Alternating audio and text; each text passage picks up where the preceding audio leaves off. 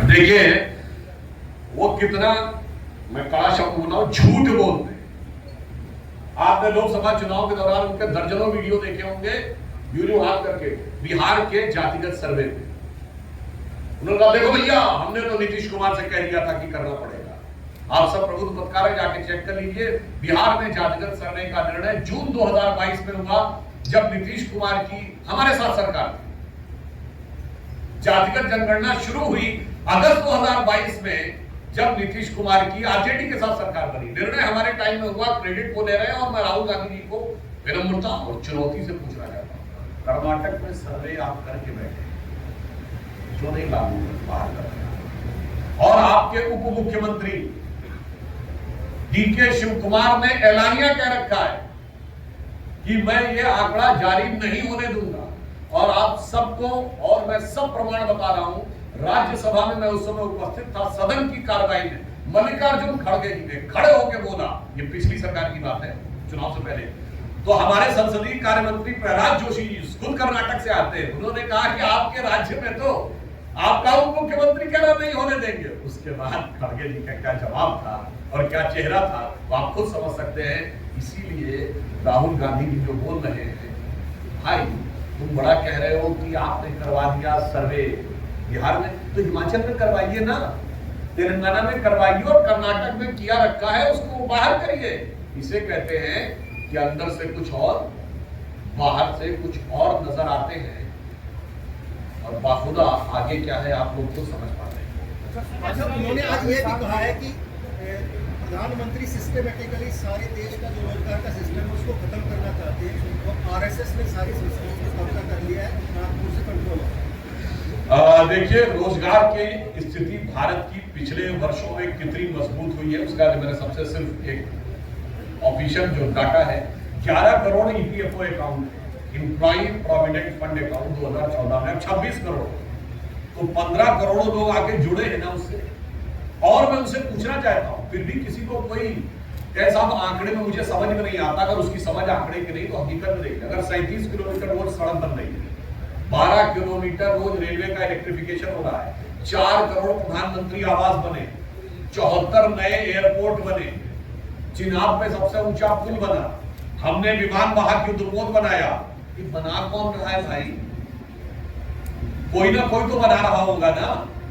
अगर दुनिया में सबसे बड़ी मोबाइल हेडसेट हम सब यूज करते हैं, सबसे बड़ी मोबाइल हेडसेट की कंपनी सैमसंग, उसकी दुनिया में सबसे बड़ी फैक्ट्री भारत के नोएडा, सबसे हाई एंड मोबाइल एप्पल की चाइना के बाद सबसे बड़ी फैक्ट्री कर्नाटक में आके बनी।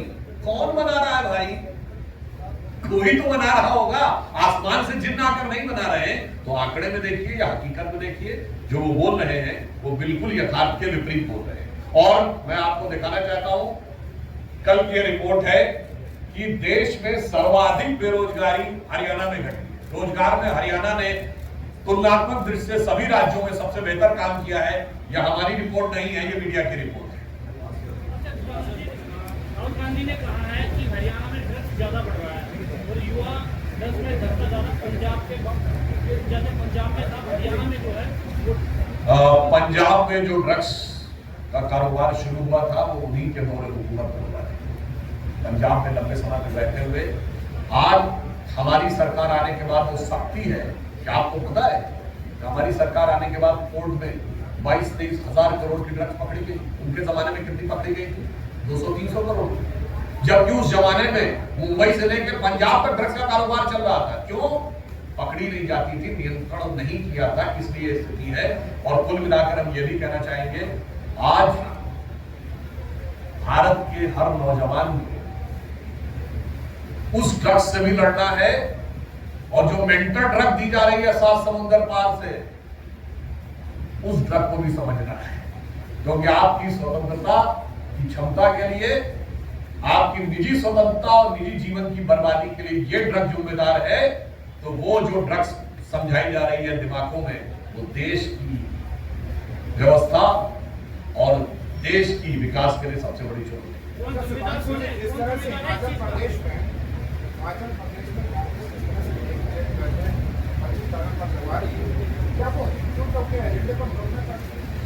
देखिए, हिमाचल के बारे में सिर्फ कहना चाहूंगा, राहुल गांधी बड़ा एक प्रसिद्ध डायलॉग बोलते हैं, डरो मत, और हिमाचल की अपनी सरकार को नहीं कह पा रहे डरो मत।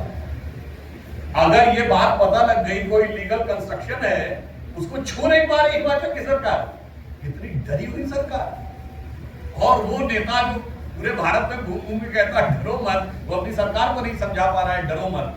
तो मैं सिर्फ ये कहना चाह रहा हूं, हिमाचल की सरकार ने जो भी निर्णय लिया है, शायद उस डर को बचाने के लिए लिया है, जो गैर कानूनी निर्माण को हटाने की क्षमता उनके अंदर नहीं है। राजीव साहब,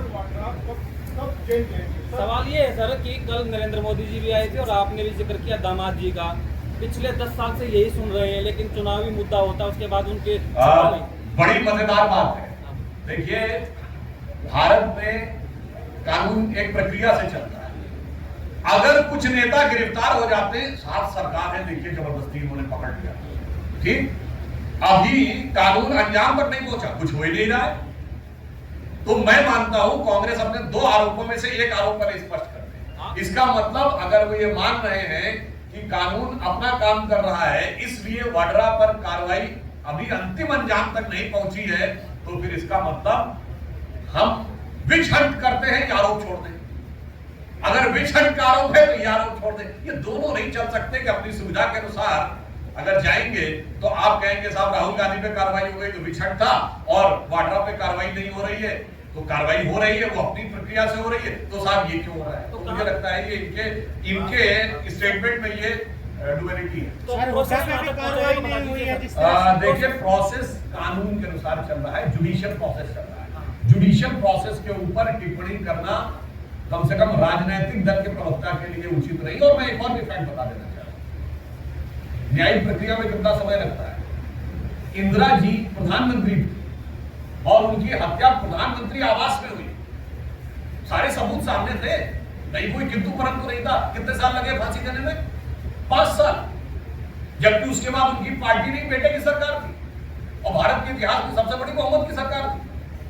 तो बताइए साहब, जब सारे सबूतों मतलब प्राइम मिनिस्टर रेजिडेंस में सबके सामने हुए क्राइम में 5 साल लग रहे हैं, इसीलिए हम किसी के निर्णय पर कोई प्रभाव नहीं डालने का प्रयास करते। स्वतंत्र एजेंसियां काम कर रही हैं, वो लोग इस पे राजनीति। सर, भूपेंद्र सिंह हुड्डा की बात करें, हरियाणा के चुनाव की बात करें, तो जिस तरह से भूपेंद्र सिंह हुड्डा ये कह रहे हैं कि इस बार कांग्रेस की सरकार बनेगी, और जिस तरह से जो सर्वे आ रहे हैं उसमें कांग्रेस का बहुमत भी दिखा रहे हैं। देखिए, कांग्रेस के जितने भी नेता हैं वो ऊपर से चाहे जो कहे कि कांग्रेस की सरकार बनेगी, अंदर से वो बहुत डरे हुए हैं। किस बात पर डरे हुए?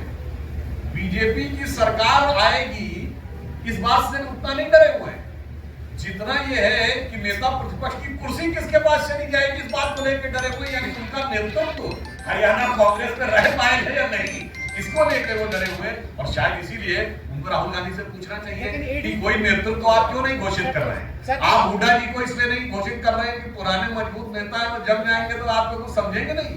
या सुरजेवाला को इसलिए नहीं कर रहे हैं कि युवा नेता दूसरा खड़ा नहीं होने देना है। या शैलजा जी को इसलिए घोषित नहीं कर रहे हैं कि दलित की बेटी को आगे नहीं आने देना है। सवाल तो उनसे पूछना चाहिए। इसलिए मैंने कहा आज तक के सारे मुख्यमंत्रियों की वे ओबीसी बताएं वो सुधांशु जी, जो कांग्रेस आरोप लगाती है ईडी सीबीआई के दुरुपयोग का, सोनीपत वाले विधायक वाले मामले में तो वो सही साबित हो रही है। कोर्ट ने फटकार लगा दी है कि इनकी गिरफ्तारी गलत थी, उनको क्लीन चिट दे दी। देखिए, जो लोग ये कहते हैं कि ईडी सीबीआई के कारण हमारी सरकार आने के बाद उनके नेताओं पे मुकदमे लगे और वो जेल गए, तो आप सभी प्रबुद्ध पत्रकार हैं, मैं आपको याद दिला देना चाहता हूं, छोटे मोटे मामले की बात नहीं कर रहा। राहुल जी और सोनिया जी जिस नेशनल हेराल्ड केस में मुचलके के ऊपर हैं, वो कब हुआ था? अक्टूबर 2013, हमारी सरकार नहीं थी। ए राजा कनिमोझी जेल गए 2011, हमारी सरकार नहीं थी। सुरेश कालमाड़ी जेल गए 2010, हमारी सरकार नहीं थी। मधु कौड़ा झारखंड के सीएम जेल गए 2008, हमारी सरकार नहीं थी। शिबू सोरेन जेल गए 2006, हमारी सरकार नहीं थी। मुलायम सिंह मायावती पे डिस्पोजेशन का केस लगा 2005, हमारी सरकार नहीं थी। सुनिए, करुणानिधि जेल गए 2000 में, लालू यादव 97 में जयललिता 96 में, झारखंड मुक्ति मोर्चा 94 में और राजीव गांधी पे आरोप 87 में, FIR 90 में। अरे भाई हम लोग बच्चे से प्रौढ़ावस्था में आ गए, इनको जेल से अंदर बाहर और जांच एजेंसियों के चक्कर काटते हुए सारी पर्ची फाड़ रहे 2014 के बाद की। इसमें मैं चुनौती से कहता हूं, पिछले 35 साल की एक लोकसभा बता दें जब इनके किसी नेता ने कोर्ट कचहरी या जांच एजेंसी के चक्कर में काटे हो भ्रष्टाचार। लेकिन भ्रष्टाचार के जो आरोप लगते हैं वो भ्रष्टाचार हुए थे, उनमें छत्तीसगढ़ और मध्य प्रदेश में टैक्स लगाए गए थे, वहाँ लेकिन जिस तरह से चमत्कार हुआ और वहाँ पर बीजेपी आई, क्या इस तरह से हरियाणा और इस तरह से ऐसा हो सकता है? हाँ देखिए, हरियाणा की जनता ने विगत 10 वर्षों में जिस प्रकार का विकास कार्य देखा है और कांग्रेस के अंदर जिस प्रकार की मारामार देख रही है, हम इस विषय को लेकर पूर्णतः आश्वस्त हैं कि हरियाणा की जनता हमें तीसरा टर्म निर्णायक और प्रभावी रूप से देगी। Decisive and effective mandate for the third term will be given by Haryana. बहुत बहुत धन्यवाद आदरणीय डॉक्टर सुधांशु त्रिवेदी जी का और आप सब पत्रकार साथियों का। मेरा निवेदन है